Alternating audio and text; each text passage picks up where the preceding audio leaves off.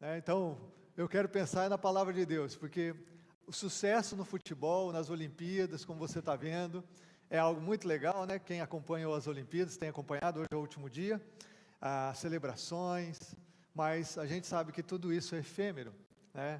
É muito passageiro. E Paulo usa essa analogia, né, das Olimpíadas como algo para nos lembrar que, na verdade, eu e você precisamos correr de tal maneira que a gente vença. Ou seja, viver a vida de tal forma que nós sejamos vencedores no final.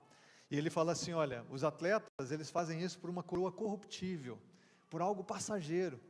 Eles se dedicam, eles são disciplinados, eles abrem mão de tanta coisa para conseguirem esse êxito de uma medalha olímpica. E nós, o que fazemos em relação à nossa salvação, ao destino da nossa alma, não é verdade? Por isso eu fico feliz de você estar aqui, feliz de podermos abrir a palavra de Deus, lê-la, meditarmos nela e sermos desafiados a viver o que Deus tem. Nós começamos uma série domingo passado no livro de Salmos, cujo tema é Em Busca de Deus. O pastor João ministrou aqui de uma forma tão especial, o Salmo 14, que ele fala, ninguém busca Deus, né? Essa visão da realidade humana, na sua miséria, na sua pequenez, na sua pecaminosidade, no seu egoísmo, na sua autonomia e independência de Deus. Mas eu quero ler com você um outro salmo hoje, vamos meditar num outro salmo, e eu queria que você pudesse abrir a sua Bíblia, ligar a sua Bíblia aí no seu smartphone, no Salmo 33. Esse é o salmo que Deus trouxe ao meu coração para compartilhar com você, nesse domingo tão especial, nesse Dia dos Pais. Salmo 33. O livro de Salmos é um livro de poemas, de poesias, que eram cantadas pelo povo judeu, em adoração a Deus, em celebração. Salmos são salmos de louvor, de gratidão, né? Então, são poesias belíssimas, e o que é legal da poesia é que ela exprime os sentimentos humanos. A alma humana se revela através da poesia e da arte. Então, nós nos identificamos muito com os salmistas, né? Há vários autores desses salmos, o maior deles foi Davi, o grande rei Davi. Nós nos identificamos muito com o que eles expressam, com o que eles registram, com o que eles cantam com a alma, porque são sentimentos humanos que eu e você também vivemos. E o Salmo 33, eu quero lê-lo todo ele, queria que você lesse comigo também, você também está na projeção. Diz assim, cantem de alegria ao Senhor, vocês que são justos, aos que são retos fica bem louvá-lo. Louvem o Senhor com harpa, ofereçam-lhe música com lira de 10 cordas, cantem-lhe uma nova canção, toquem com habilidade ao aclamá-lo, pois a palavra do Senhor é verdadeira, e Ele é fiel em tudo que faz. Ele ama a justiça e a retidão, a terra está cheia da bondade do Senhor. Mediante a palavra do Senhor foram feitos os céus e os corpos celestes, pelo sopro de sua boca. Ele ajunta as águas do mar num só lugar, das profundezas faz reservatórios, toda a terra, temam o Senhor, tremam diante dele todos os habitantes do mundo. Pois ele falou, e tudo se fez, ele ordenou, e tudo surgiu. O Senhor desfaz os planos das nações, e frustra os propósitos dos povos. Mas os planos do Senhor permanecem para sempre, os propósitos do seu coração por todas as gerações. Como é feliz a nação que tem o Senhor como Deus, o povo que Ele escolheu para lhe pertencer. Dos céus olha o Senhor e vê toda a humanidade. Do seu trono Ele observa todos os habitantes da terra. Ele que forma o coração de todos, que conhece tudo o que fazem. Nenhum rei se salva pelo tamanho do seu exército, nenhum guerreiro escapa por sua grande força.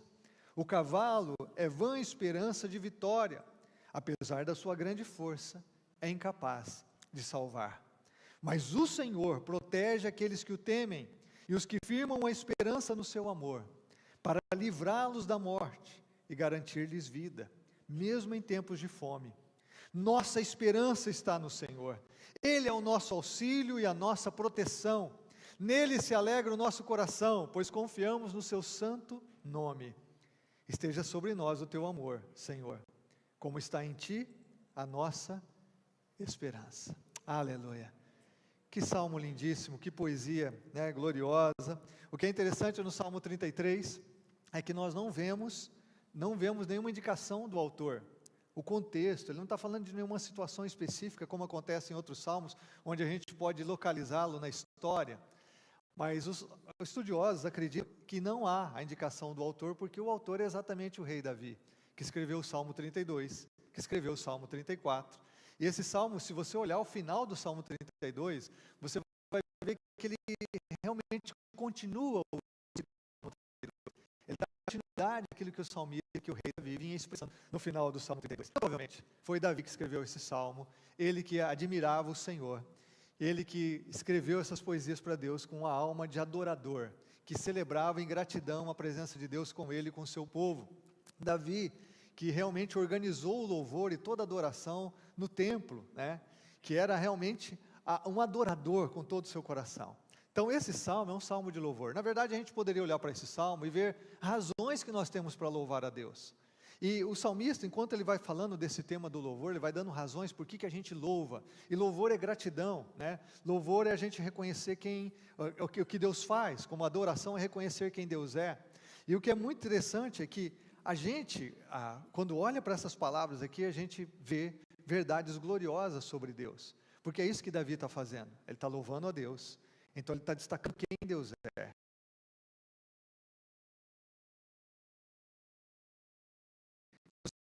Realmente a grandeza de Deus. Então eu queria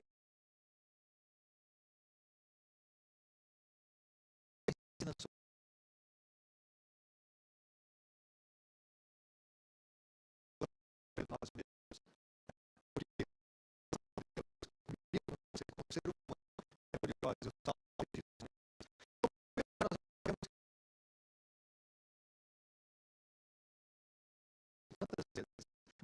questão é está presente na nossa vida, como uma atitude de louvor está presente na nossa vida, como nós vivemos os nossos dias, se realmente a gratidão no coração de tal forma que há louvor nos nossos lábios, se há uma alegria, uma exultação na presença de Deus. Observa novamente o verso 1, que diz assim: cantem de alegria ao Senhor, vocês que são justos, aos que são retos fica bem louvá-lo. Olha, louve o Senhor com harpa, com guitarra, com bateria, com trompete, louve ao Senhor, com todos os instrumentos, louve ao Senhor, ofereçam música a Ele, cantem-lhe uma nova canção, toquem com habilidade ao aclamá-lo. Observe as palavras desse salmo. Deus é digno de louvor, e nós vamos ver aqui exatamente nesse texto, há várias razões que o salmista vai enumerar. Deus é digno de louvor pela sua grandeza, sua majestade, pela sua glória. Mas o que eu queria enfatizar aqui nesse ponto é, como eu e você vivemos nessa dimensão. É interessante às vezes no culto que a gente pensa que a música é só uma música para preparar para a mensagem. Não, irmãos, louvor é para Deus. Louvor não é para mim, não é para agradar você. Nosso louvor é para Deus. Deus é a razão do culto. Deus é a razão da nossa canção. É Deus. Foco é Deus. Alguns às vezes podem sair do culto e dizer assim: o louvor hoje não foi bom. Não gostei das músicas. Mas irmãos, louvor não é para você. Louvor não é para mim. Louvor é para Deus. Louvor é para Deus. Ele diz: cantem de alegria quem? Ao Senhor. Quando nós nos reunimos aqui, nós vamos cantar de alegria, nós vamos louvá-lo. E deve ser com alegria. Às vezes, eu e você podemos estar aqui com o coração apreensivo, podemos estar com o coração angustiado, podemos chegar na igreja com o coração realmente atormentado, ansioso. Nós podemos, e muitas vezes acontece isso comigo e com você. Mas quando nós adentramos a presença de Deus como povo de Deus, nós estamos aqui para nos alegrar no Senhor. E Deus é digno do nosso louvor, irmãos, quando os ventos estão a nosso favor, quando os ventos são contrários. Deus é digno do nosso louvor quando nós estamos vivendo períodos de sucesso e realização, ou quando estamos tendo um período de fracasso, ou de derrota. Deus é digno do nosso louvor quando o sol está brilhando, ou quando as nuvens são densas e escuras à nossa volta. Deus é digno de louvor, e é isso que nós vamos ver em muitos e muitos salmos, porque os salmos são expressão de louvor, na sua maioria, há salmos de lamento, há salmos proféticos, mas sua maioria, sempre salmos de louvor, expressão a Deus. Deus é digno, Ele merece toda louvor e toda adoração, o meu coração se alegra nele, e como isso muda a postura da nossa vida, como isso muda a atitude do nosso coração frente aos desafios que nós enfrentamos diariamente, como isso muda, irmãos, a forma que a gente chega à igreja, porque alguns de nós podemos ter chegado aqui como mais um compromisso religioso, mais uma coisa para a gente fazer no domingo, sem alegria, sem louvor nos lábios, porque não tem gratidão no coração. Então, louvor não é algo que você fala assim: eu vou pular a primeira música porque a gente já chega mais perto da mensagem. Não. Louvor é aquilo que deve fluir de um coração cheio de gratidão, porque reconhece quem Deus é, o que Ele faz. E esse salmo é mais um, né? Mais um. Eu gosto de uma frase de Santo Agostinho que ele diz assim: exulta, não em ti mesmo, pois não é seguro, mas exulta no Senhor. E eu quero destacar aqui essa frase que está no salmo, que ele diz assim: aos que são retos, fica bem louvá-lo. Ou seja, aos que são retos. E quem é reto, quem é justo? Aquele que foi justificado pelo sangue de Jesus na cruz. Claro que aqui há uma profecia, né? A retidão que vem do temor de Deus, mas que se realmente conclui ou se realiza no Novo Testamento através do sacrifício de Jesus. Então, em vivermos em retidão através do que Cristo fez por nós na cruz, isso é claro, o louvor é para quem é salvo. Um ímpio pode louvar a Deus? Alguém que não foi salvo pela graça pode de fato louvar a Deus? Alguém que vive dominado por si mesmo pode louvar a Deus? Alguém que é escravo das suas paixões, desejos do seu coração, ele pode louvar a Deus? Não. Só pode louvar a Deus de fato. Esse é um privilégio dos salvos. Esse é um privilégio dos que temem a Deus, porque reconhecem que Ele é. Música qualquer pessoa pode oferecer. Louvor, só os retos, só os justos, só os salvos. A eles fica bem louvá-lo. Mencionando novamente Agostinho tem uma frase que ele diz assim: aquele que agrada a Deus é aquele em quem Deus se agrada. Aquele que agrada a Deus é aquele em quem Deus se agrada. Porque quão desagradável é o louvor a Deus de alguém cuja vida desonra a Ele. Quão desagradável é o louvor a Deus de alguém cuja vida desonra a Ele. O louvor é louvor para aqueles que foram salvos pela graça e que vivem na justiça de Cristo, com uma vida reta diante de Deus. Então, eu e você somos chamados aqui a louvar. E o verso 3 diz assim: cante uma nova canção com habilidade. Outra versão diz assim: com arte e alegria. Com habilidade ao aclamá-lo. Davi, ele une aqui a performance e ele une o coração. Ou seja, a gente deve fazer muito bem. Alguém aqui já ouviu aquela frase assim: ah, para Deus vai desse jeito mesmo, né? Até Deus entende, né? Eu não canto, mas para Jesus eu vou cantar, tá certo? Aquele negócio assim. Não, irmãos, Deus merece o melhor, Ele é digno de receber o louvor, realmente com boa performance, com execução, com arte. Ele é digno de receber isso com um coração alegre, cheio de gratidão. Eu não estou falando para você chegar aqui e falar assim: ah, então pastor, não vou nem cantar, porque se eu cantar aqui os irmãos vão embora. Não, irmão, né? Estou falando aqui, dá para todo mundo cantar, porque não vai aparecer nossa desafinação, se você não canta, né? Não tem problema, cante, louve ao Senhor com alegria. Mas o que nós estamos falando é que com adoradores, como igreja, como povo, nós vamos ter aqueles que vão fazer isso com técnica, com habilidade. E é por isso que o rei Davi, ele organizou o louvor no Velho Testamento. Os levitas, os cantores, né, descendentes específicos, que cantavam, pessoas que eram estritamente habilidosas, que haviam um dom, recebido o dom da música de Deus, eram organizados em turnos, uma adoração que não cessava. Por quê? Porque Davi tinha essa concepção: Deus merece o melhor. A arte e o coração andam juntas. Naquilo que a gente faz, irmãos, é por isso que Deus nos chama, cada um de nós, com vários dons, a servirmos de acordo com o nosso dom, não é verdade? A servirmos de acordo com o dom que Ele nos deu, tanto a habilidade natural que recebemos, mas o dom espiritual, para que tudo que nós façamos para Deus tenha zelo, tenha excelência e tenha o coração de quem ama e de quem se alegra no Senhor. Sabe o que é importante em relação ao louvor e adoração, irmãos? É que é isso que nós vamos fazer eternamente. Você entende isso? É bom nós aprendermos a louvar a Deus aqui, porque é isso que nós vamos fazer eternamente. Nós vamos louvá-lo, nós vamos adorá-lo eternamente. Por quê? Porque Deus é o fim último de todas as coisas. Deus é o fim último. Não como na filosofia grega, que a alegria, a felicidade era o fim último das coisas. Não, Deus é o fim último das coisas. Tudo volta para Deus. Por exemplo, nós aqui estamos em missão. Uma igreja que ora, que trabalha, que serve, que tem intencionalidade em alcançar o perdido, aquele que não conhece a Deus. Nós estamos em missão o tempo todo, buscando compartilhar o amor de Jesus com as pessoas. Mas a missão é só para esse mundo. A adoração vai continuar. Porque tudo é para a glória de Deus. A missão, o evangelismo, tudo isso termina aqui. A obra de ministério termina aqui. o louvor e a adoração vão ser eternos, porque Deus é o fim último das coisas e não o homem. Quando nós estamos em missão, nós queremos resgatar o homem, evangelizar o homem, libertar o homem com o amor de Deus. Tudo isso para quê? Para a glória de Deus. É Deus e não o homem o alvo da ação da igreja. Tudo para a glória de Deus. Então, ainda que o homem esteja sendo alvo das nossas orações, das expressões de bondade e de serviço da igreja, tudo é para a glória de Deus, porque Deus é o fim último de todas as coisas. Segunda coisa que nós vemos nesse salmo, que ele enfatiza e que é tão importante para nós, e nós não podemos esquecer, é que Deus é o Criador de todas as coisas. E vamos lembrar que, obviamente, não havia teoria da evolução quando Davi escreveu esse salmo. Teoria da evolução que é ensinada como verdade, como fato, mas é só uma teoria. Teoria da evolução continua sendo teoria.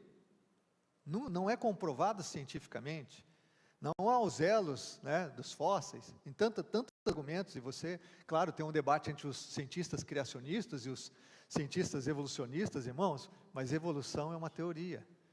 E claro, eu posso dizer isso para você, porque é o que eu creio, você precisa de muito mais fé, para você crer que esse universo, com trilhões de anos-luz, que os cientistas não conseguem perscrutar, o planeta Terra, com toda a sua perfeição, que o seu corpo, tão perfeito, uma máquina tão perfeita e excelente, tenha vindo pelo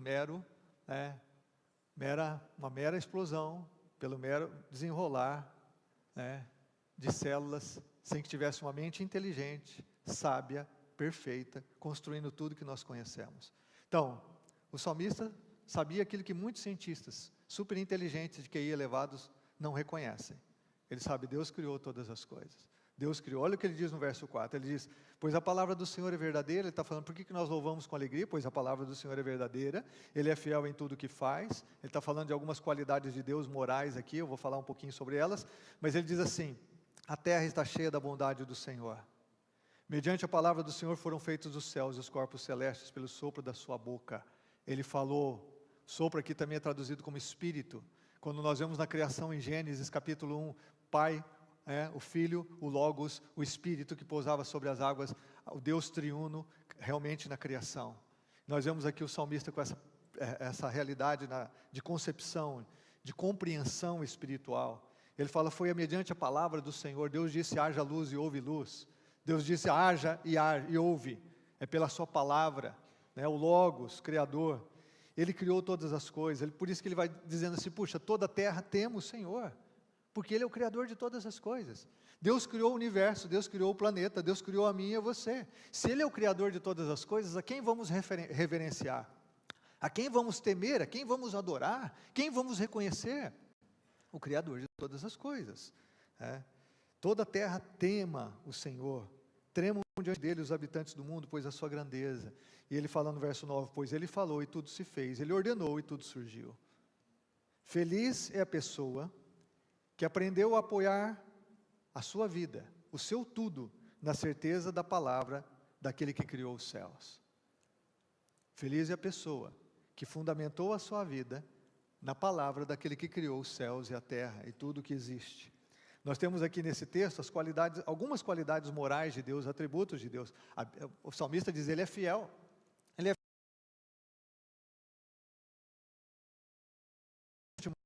sempre fiel, ainda que sejamos infiéis. Deus é a pessoa que Ele sempre vai olhar você no rosto, mesmo que você vire as costas para Ele. Deus é a pessoa que sempre vai cumprir a palavra dEle, mesmo que você não cumpra a sua. Deus é a pessoa que vai ser sempre confiável a você, mesmo que você não seja confiável a Ele. E eu também. É isso que Paulo diz. Ele diz assim, ainda que sejamos infiéis, Deus permanece fiel, porque Ele não pode negar a si mesmo, Ele não pode ir contrário a quem Ele é, a sua essência. Deus é sempre fiel. Deus sempre cumprirá a sua palavra. Deus sempre será confiável e leal, irmãos. E aqui que nós nos enganamos tanto no dia a dia. A gente confia na gente. A gente confia nas notícias, nós confiamos nos valores de uma cultura sem Deus, nós confiamos em ideologias, ao invés de confiarmos na palavra daquele que criou os céus e a terra, daquele que criou o universo, que nos criou para a sua glória, aquele que sustenta todas as coisas pelo seu poder, ao invés de vivermos com base na sua palavra, e por isso procurarmos ser fiéis a Ele também, honrarmos a sua palavra, confiarmos nele. Como é que nós tomamos as decisões do dia a dia? Nós confiamos em Deus ou na nossa astúcia, na nossa capacidade, nos nossos recursos? Como é que você tem tomado as suas decisões? Como é que você faz as suas escolhas? As muitas, centenas ou milhares que você faz todos os dias. Confiando em quem? Com base em quê? O salmista sabe quem é digno da sua confiança, é Deus. Ele fala que segundo Deus é justo. Deus é justo. Deus é o justo juiz de toda a terra. Ele ama a justiça e retidão, é o que diz o salmista aqui. Porque Ele é justo, eu e você também podemos confiar nele. Por isso que o apóstolo Paulo também menciona o texto do Velho Testamento, dizendo: não vos vingueis a vós mesmos, a mim pertence a vingança, diz o Senhor, confia em mim. Você não precisa vingar você mesmo. Não, você não precisa tomar as rédeas, da sua vida nas mãos e ser o vingador das injustiças que você já sofreu, das decepções, daquilo que foi tão doloroso para você enfrentar num relacionamento com alguém. Ele é justo, Ele é, Ele foi e Ele sempre será justo em todas as coisas. Nós podemos confiar na justiça de Deus. Sim, nós podemos confiar na justiça de Deus. Eu e você vivemos num mundo de tanta injustiça, de tanta corrupção, de tanta mentira, tanta fake news, que eu sei que fica difícil a gente confiar que de alguma forma a justiça será feita. Mas irmãos, a Bíblia diz que Deus é justo, que Deus é justo. E se você não experimentar ou não ver a justiça de Deus acontecendo nesse mundo, você verá a justiça de Deus sendo plenamente concretizada na eternidade. Na eternidade. Terceira coisa que ele fala aqui da questão moral é que Deus é bom. E ele fala: a terra está cheia da bondade do Senhor. Deus é bom. Deus é sempre bom, mesmo quando sofremos. Deus é bom, mesmo quando sofremos. Deus é bom. E essa é a afirmação que percorre toda a história bíblica. No Velho Testamento, eles cantaram, o povo judeu cantava, em tantos e tantos momentos da história: Deus é bom e a sua misericórdia dura para sempre. Deus é bom. Você está sofrendo? O inimigo da nossa alma, o diabo, vai soprar nos seus ouvidos, no seu coração, dizendo que Deus então não é bom. Porque se Ele fosse bom, Ele não estaria deixando você sofrer do jeito que você está sofrendo. Passar pelo que você está passando. Mas lembre-se, essa é uma mentira de Satanás. Essa é uma mentira do nosso coração enganoso. Creia, Deus é bom e a sua misericórdia dura para sempre. A terra toda está cheia da bondade do Senhor. E talvez você diga assim: mas como que a terra está cheia da bondade do Senhor? Se a sociedade só fica pior, se o mundo está tão cheio de corrupção como o senhor acabou de falar, pastor? Pois é. Nessa semana a gente conversava no nosso grupo de crescimento, nosso GC lá em casa, a gente estava falando sobre isso. Irmão, se não fosse a bondade de Deus nesse mundo, nós já teríamos nos destruído, o mundo já teria acabado. Se não fosse a bondade de Deus, e talvez você diga: mas onde está a bondade de Deus? Jesus em Mateus 5 diz assim que o sol nasce sobre os bons e os maus, a chuva cai sobre os justos e os injustos. Ou seja, esse mundo, ainda que uma pessoa não reconheça, não creia que Deus existe, não reconheça a sua bondade, ainda esse mundo está com a bondade, debaixo da bondade de Deus. Olha seu corpo, olha a sua saúde, você teve uma cama quentinha para dormir essa noite, você tem comida agora na hora do almoço, você tem o que vestir. Olhe, nós saboreamos os alimentos, apreciamos as coisas boas que Deus criou. Olha o sorriso das crianças que chegaram aqui. Olha quanta bondade à nossa volta. Olha as flores, as plantas. Olha o azul do céu nesse dia lindo de inverno. Olhe, veja a bondade do Senhor em todo lugar. Todo lugar. A terra está cheia da bondade do Senhor. Contemple os céus, as estrelas, a grandeza do universo. Contemple, olha a sua volta, a bondade do Senhor. Todo o tempo nós estamos desfrutando da bondade do Senhor. Muitas vezes no nosso orgulho, no nosso egoísmo, na nossa mesquinhez, nós não reconhecemos, mas a terra toda está cheia da bondade do Senhor. Como é bom desfrutar da bondade de Deus, como é bom reconhecê-la, como é bom reconhecer a bondade do Senhor. Você conhece aquela história que duas pessoas olham pela janela, um vê a lama no chão, o outro vê o brilho das estrelas. Você sabe que reconhece a bondade de Deus, aquele que já realmente foi afetado pela sua graça, a sua bondade, e abriu o seu coração ao Senhor. Quem conhece a Deus, consegue ver que toda a terra está cheia da sua glória, apesar da imperfeição humana, da iniquidade humana, né? Apesar da pecaminosidade humana, a terra toda está cheia da sua glória, a terra toda está cheia da sua bondade. Amém, meus irmãos? Aleluia! Aleluia significa louvado seja o Senhor. Aleluia, glória ao nome do Senhor. Terceira coisa que nós vemos nesse texto é que Deus é soberano. Ele é criador, Ele é soberano. Ou seja, significa que Ele tem poder e autoridade supremos. Isso é ser soberano. Olha o que diz o verso 10. O Senhor desfaz os planos das nações e frustra os propósitos dos povos. Mas os planos do Senhor permanecem para sempre. Os propósitos do seu coração por todas as gerações. Como é feliz a nação que tem o Senhor como Deus, o povo que Ele escolheu para lhe pertencer. Dos céus olha o Senhor e vê toda a humanidade. Do seu trono Ele observa todos os habitantes da terra. Ele que forma o coração de todos, que conhece tudo o que fazem.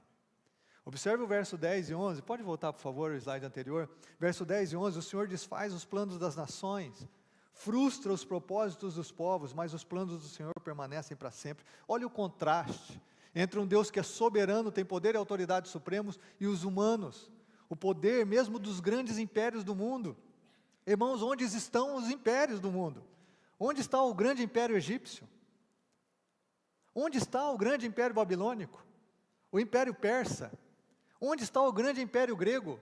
Onde está o grande império romano? Onde estão os impérios? Olha o que o salmista diz aqui, o Senhor frustra, mas os planos do Senhor permanecem para sempre. Hoje a nação mais poderosa do mundo é os Estados Unidos. Eu não sei até quando o mundo vai durar, irmãos, mas os Estados Unidos não vai continuar sendo a potência que ele é. Não vai. Deus nunca permitiu. Nós tivemos impérios grandiosos, Império Bizantino, tantos impérios ao longo da história humana, irmãos. Os impérios humanos são efêmeros, são passageiros. O poder humano tem um limite. O único que é ilimitado e tem poder e autoridade supremos é o Deus Criador dos céus e da terra, que se manifestou em Cristo e que ama você e se entregou por você na cruz. É esse Deus que o salmista está exaltando, é esse Deus que o salmista está dizendo, Deus é soberano. Ele desfaz os planos. A história humana mostra isso. E só Deus que é soberano pode fazer com que tudo cumpra o seu propósito. Olha aqui, os planos do Senhor permanecem para sempre, os propósitos do seu coração por todas as gerações. Alguém comparou a ação de Deus, é claro, uma comparação muito pequena diante da soberania de Deus, mas ele diz assim como as engrenagens da mecânica de um relógio. Se você observar a mecânica de um relógio, algumas peças giram para um lado, as outras peças giram para o outro, mas tudo coopera para que o relógio revele a hora e dê a badalada certa no momento certo. Assim também é a mão de Deus na história. Nações, impérios, povos, homens, indivíduos, alguns correm para um lado, outros para o outro, mas no final das contas o que irá prevalecer é o propósito do Senhor. Alguns homens escolhem o bem, outros escolhem o mal. Alguns escolhem a justiça e a retidão, outros escolhem a corrupção e a mentira. Mas no final de todas as coisas, por sua soberania, o que prevalecerá são os planos do Senhor. É isso que o salmista está dizendo. Por isso ele chega no verso 12, ele diz assim, como é feliz a nação que tem o Senhor como Deus. Como é feliz esse povo.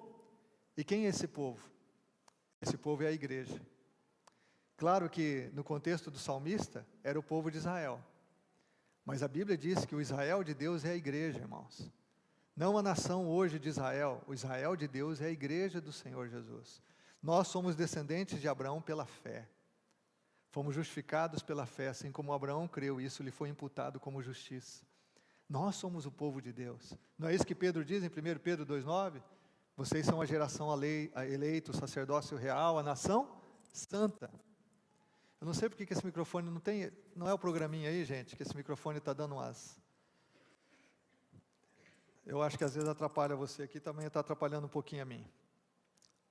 Deus diz na sua palavra que aqueles que pertencem a Cristo, se tornaram filhos e filhas de Deus, eles são a nação santa. E Davi ele sabe assim, puxa, como é feliz quem teme o Senhor, como é feliz o povo escolhido de Deus, esse povo é feliz, abençoado, porque há um preenchimento de sentido, de propósito no coração daquele que pertence a Deus. Esse senso de pertencimento, irmãos, é extraordinário.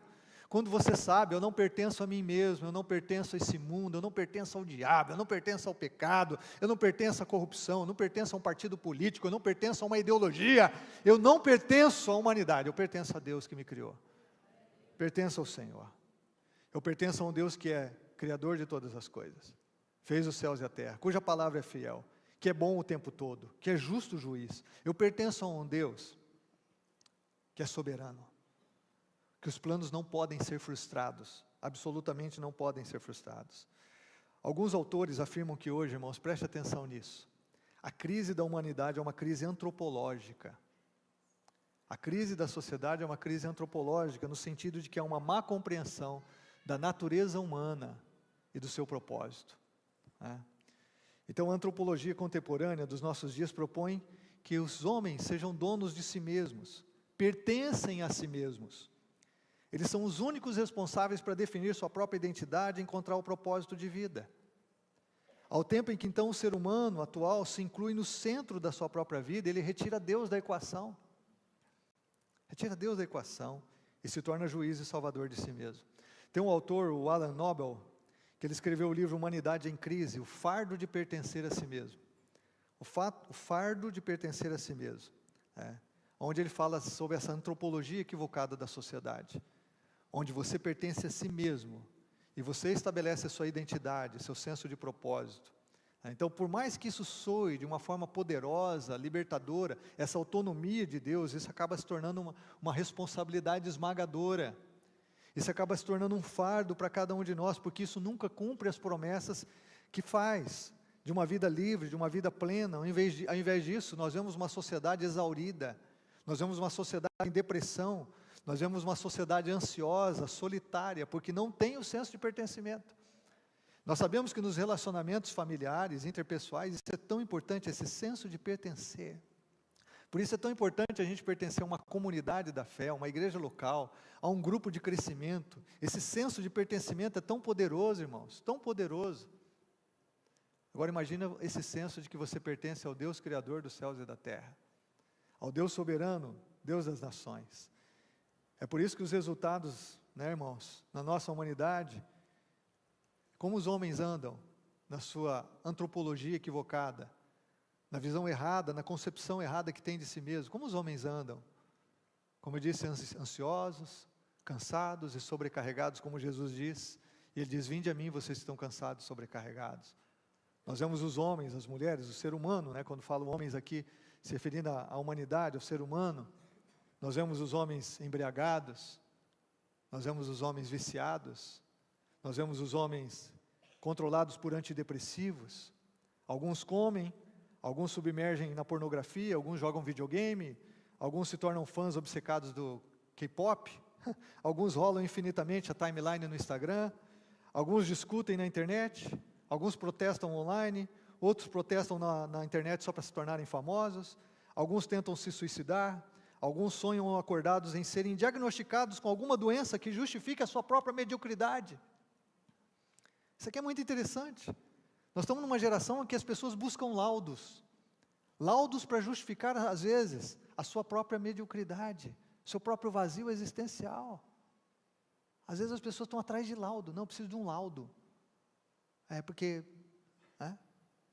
Será que nós precisamos de laudo, irmão? Nada errado, existem laudos, existe ciência, existe medicina, mas o que eu estou falando é do desequilíbrio. Nós precisamos ficar correndo atrás de laudos, ou precisamos entender quem somos diante do Deus que nos criou, entender qual é o propósito da nossa vida.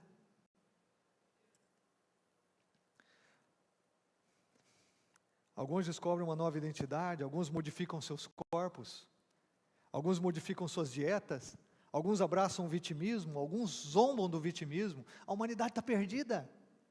Olha a nossa volta. Exatamente porque não tem isso que o salmista tem. Esse alicerce no Deus Criador, Todo-Poderoso, Soberano, que está fundamentado na sua palavra, na realidade de quem Ele é. Nós nunca vamos encontrar sentido e propósito em nós mesmos, irmãos. É fora de nós, é acima de nós. É em Deus, o nosso Criador. O maior erro que um ser humano pode cometer é achar que pode ser feliz sem Jesus. O maior erro que você pode cometer é achar que você pode construir uma vida com sentido, propósito, de felicidade e realização fora de Deus. E é isso que o salmista está expressando aqui, é uma visão radicalmente distinta à que nós vemos na Bíblia. Nós não pertencemos a nós mesmos, pertencemos a Deus.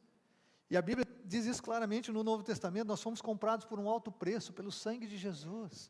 Não pertencemos a nós mesmos.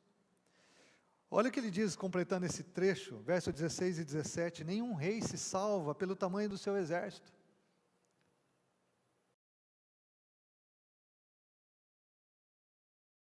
O tamanho da sua casa, o berço que você tem, a educação que você teve, as escolas que frequentou. O salmista diz assim, nenhum guerreiro escapa por sua grande força. O cavalo é a vã esperança de vitória, apesar da sua grande força, é incapaz de salvar.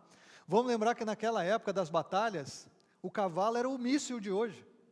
Ele está dizendo, mas nem com cavalo você ganha a batalha só por tua força. Quantas histórias nós temos na Bíblia, irmãos, de reis que temeram a Deus e foram para a batalha só com Deus, e que venceram exércitos enormes. Ou com Deus e o louvor, com Deus e adoração, com a fé em Deus. Nós temos o Gideão, que com 300 homens, a Bíblia diz, ele derrota um exército de 135 mil homens. Nós temos o rei Asa, que derrota um exército enorme. Por outro lado, temos o rei Acabe. O rei Acabe era mau, não temia a Deus, ele chama os profetas para ver se ele poderia ir numa batalha em Ramote e Gileade, junto com o rei Josafá de Judá. E o profeta de Deus diz assim, não vai, porque os profetas que estão profetizando vitória, eles têm um espírito de mentira nos seus lábios. Não vai, porque se você for, você vai morrer na batalha. Sabe como que o rei Acabe faz? Ele manda prender o profeta de Deus, quando ele voltasse. E o profeta diz assim, se você voltar, não foi Deus que falou através de mim. E sabe como que ele entra na batalha? Ele entra disfarçado, e fala para o rei Josafá ir com ele na batalha, vestido de trajes reais. E o rei Josafá é tão ingênuo, que vai com as vestes reais. Ou tão confiante em Deus, que vai com as vestes reais. Acabe entra disfarçado, e sabe o que acontece? A Bíblia diz que um arqueiro do povo inimigo, a esmo, ele atira uma flecha, no meio da batalha, joga-se uma flecha, no meio de todo mundo, e a flecha entra na armadura, nas ligações, nas conexões da armadura do rei Acabe, e ele é ferido gravemente, e depois de algumas horas ele morre. Exatamente como o profeta tinha dito, se você for para essa batalha, você vai morrer. O rei Acabe entra disfarçado, tentando, esconder da morte, tentando disfarçar a morte. Por quê? Porque não é a nossa força. Você viu isso com Napoleão. Napoleão guiou mais de 500 mil de homens até a Rússia, mas o terrível inverno fez do seu exército meros destroços. Napoleão, em pouco tempo ele era um prisioneiro na ilha de Santa Helena, solitário. Hitler, mesma forma, na Segunda Guerra Mundial, o inverno rigoroso da Rússia, a mão de Deus. Quantos impérios se levantam? Não é a força do homem, irmãos, é o poder de Deus, é o poder de Deus. Eu não sei se você viu o Gabriel Medina na prova. Gabriel Medina, um multicampeão de surf, ele precisava de uma onda para ir para a final olímpica, para a medalha de ouro, ele tinha todas as condições de vencer. E se você estava vendo na hora, eu vinha para uma reunião aqui na igreja, acho que foi na segunda-feira, e eu fiquei ali assistindo a meia hora que ele ficou esperando a onda. E eu confesso que eu orei, Deus, manda uma onda para o Gabriel Medina, Senhor. Fiquei clamando, Senhor, manda uma só, manda uma onda. Não veio onda. O cara tem técnica, experiência, capacidade, é multicampeão, mas não veio onda. Quem criou os céus e a terra? Não foi Netuno, irmão. Não é Netuno não mandou onda. Que Netuno, filho? Que o raio que o parta? Não foi Netuno. Foi o Criador dos céus e da terra. Adianta a nossa força, irmão? Nosso poder? Sozinho? Não. A vida do ser humano é uma vida de dependência de Deus. O destino não quis. Que destino? Quem que guia o destino, irmãos? O que nós estamos vendo aqui? Quem que tem a última palavra? Você sabe que a história tem as bases da história humana, que a gente poderia talvez chamar de filosofia da história, onde a gente vê isso, Por exemplo, os gregos viam o tempo de forma cíclica. Então eles veem a história de forma cíclica, nada novo. Uma visão pessimista. A história humana é um trem descarrilhado. Na verdade, como Salomão escreveu no livro de Eclesiastes. Ou seja, a história humana vai ficar se repetindo, se repetindo, se repetindo, nada novo debaixo do sol. Aí nós temos a visão da história existencialista, que aí sim, essa visão pessimista, onde a história está como um trem descarrilhado, não há esperança, não tem uma direção, é uma história que a gente olha sem futuro, a visão existencialista. E nós temos a visão cristã, que vê a história como uma consumação. A história está indo para um final.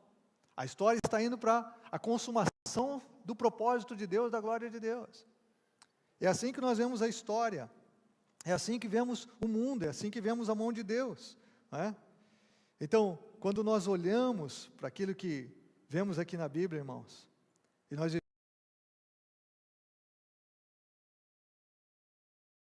a história final. Como o pastor disse aqui, nós temos spoiler na Bíblia. Nós temos um spoiler na Bíblia. O último capítulo da história já está escrito. E se você confia em Deus e vive em Deus, você vai viver esse último capítulo do lado vencedor. Do lado vencedor. A última coisa é que Deus é protetor. E o salmista termina declarando isso de forma clara. O Senhor protege aqueles que o temem e os que firmam a esperança no seu amor, para livrá-los da morte e garantir-lhes vida, mesmo em tempos de fome. É por isso que a nossa esperança está no Senhor. Ele é o nosso auxílio, a nossa proteção. Nele se alegra o nosso coração, pois confiamos no seu santo nome. Ele termina orando: esteja sobre nós o teu amor, Senhor, como está em ti a nossa esperança. Como está em ti a nossa esperança. O Senhor protege aqueles que o temem, firmam a esperança, os que firmam a esperança no seu amor. E Spurgeon disse assim: até quando você morre, Deus está matando a sua mortalidade. Deus está matando a sua mortalidade quando você morre. O corpo perece, é aí que você vai entrar para a vida de verdade, porque nós somos imortais. Nada nem ninguém, nem a morte pode nos separar do amor de Deus. O seu toque não é tão mortal quanto imortal. Ele não nos mata tanto quanto mata a nossa mortalidade. Deus protege, Deus sustenta, Deus é a nossa esperança. Por isso, mais uma vez, o salmista diz: nele se alegra o nosso coração. Nele nos alegramos, não nas pessoas, não no mundo, não nas realizações, nele nos alegramos, irmãos. E eu quero terminar lembrando a você que esse Deus expressa aqui no Salmo, que a gente ora: Senhor, esteja sobre nós o teu amor, como está a nossa esperança em ti. Esse é o Deus que nos faz filhos e filhas dele. Nós podemos chamar esse Deus de Pai. Eu queria ler o texto com você de João, capítulo 1, verso 12 e 13, só lembrar você esse texto, onde o Evangelho de João diz que aqueles que receberam Jesus, aos que creram em seu nome, deles o direito de se tornarem filhos de Deus, os quais não nasceram por descendência natural, nem pela vontade da carne, nem pela vontade de algum homem, mas nasceram de Deus. Se você recebeu Jesus, você tem esse Deus do Salmo 33, fiel, bondoso, justo, soberano, criador de todas as coisas, protetor. Esse Deus é teu Pai. É só através de Jesus. Meu pai dizia assim: Deus é pai, não é padrasto. Mas Deus só é pai daqueles que receberam Jesus como seu Senhor e Salvador. Esses não nasceram da descendência natural, nem da vontade da carne, nem da vontade de algum homem, mas nasceram de Deus. Por isso Paulo diz em Romanos 8, 15 e 16: pois vocês não receberam um espírito que os escravize para novamente temer, mas receberam um espírito que os adota como filhos, por meio do qual clamamos: Abba, Pai. Abba, papaizinho. O próprio Espírito testemunha ao nosso espírito que somos filhos de Deus. Se você está aqui nessa manhã e o Deus do Salmo 33 não é teu Pai, é o dia de você render o coração a Deus. Se você não tem o testemunho do Espírito dentro de você: eu sou filho de Deus, eu sou filha de Deus, então você precisa se render a Jesus de todo o coração para se tornar filho e filha de Deus e poder chamar Deus de Pai. Olha o que o apóstolo João diz em 1 João, ele diz: vejam como grande o amor que o Pai nos concedeu, que nós fôssemos chamados filhos de Deus, o que de fato somos. Hoje nós estamos no dia dos pais, Esse senso de pertencimento é tão poderoso, curador, libertador, abençoador. Agora, você tem esse senso de pertencimento, que você é povo de Deus, que você pertence ao Deus Criador de todas as coisas, esse Deus que vemos no Salmo 33, em toda a Bíblia, esse Deus que vemos manifesto na história humana, com a sua mão de poder, esse Deus Criador de todas as coisas, é teu Pai. Você tem um relacionamento com Deus como Pai, porque é isso que Ele te oferece.